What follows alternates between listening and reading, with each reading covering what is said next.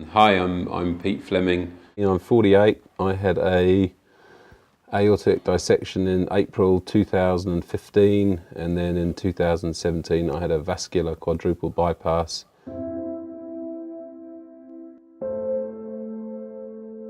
So April 2015, got up, walked into the bathroom, felt very strange, literally fell over. Asked my wife to call the ambulance. Ambulance turned up, put the ECG on me, told me I was fine, could possibly have a bit of indigestion or a bit of something else, not too sure what it was. And I was feeling far from fine, and fortunately they drove me to the hospital. Friday morning, no sirens going, it just said they'd take me to the hospital to check me out. I passed out in the ambulance. Next minute I know there was a guy woke me up with a clipboard and said, you need to sign here or you're going to die, basically. Then I woke up with a row of stitches down my front, metal stitches. So I'd had a plastic heart valve installed while I was asleep. I was bewildered, confused, didn't really know what had happened. I really struggled to come to terms with the situation I found myself in because I didn't understand what was going on. I was extremely lucky to survive that operation. My wife was told I had about 15 to 20% chance of survival type thing. There was certainly a few warning signs. I was in Australia and I was walking up the hill with a couple of our sales reps, and I suddenly became aware that I was very breathless, and so I had to sit down for a second. And then flying home again later on, I found myself again breathless, sitting in a resting position on an aeroplane.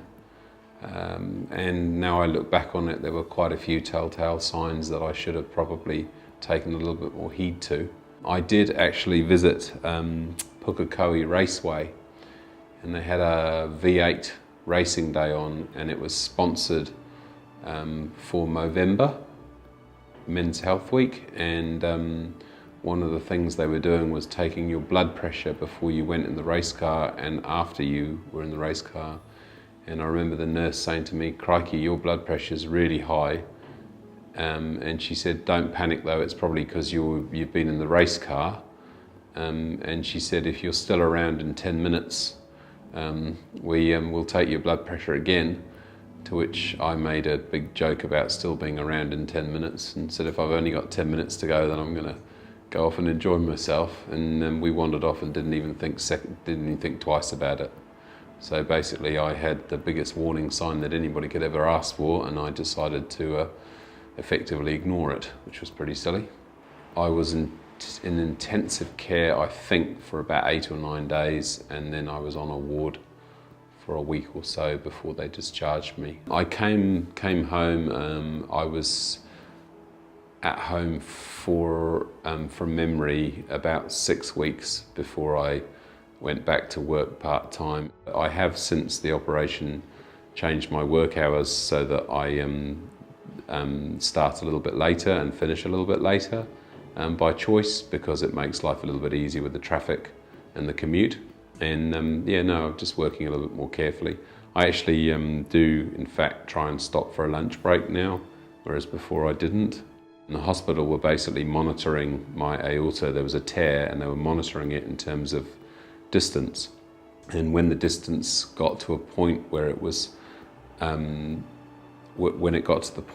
safer to operate than to leave it, that's when they said I needed to have further surgery. So I was due to have a fairly major operation through here, where they were going to wrap material around my aorta to hold it together.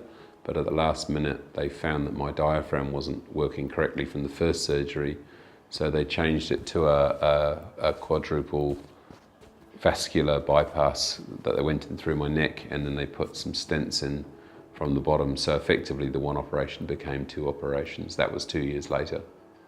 Emotionally, I'm extremely empathetic to anything, hardship or people in trouble or anything I see. I tend to get quite upset at the whole thing. I seem to be a lot more sensitive. I sometimes have to take a very big breath, smell the roses, and realise that I'm just lucky to be here, if you like. Quite often there's things that happen that you realise you're just glad to be here.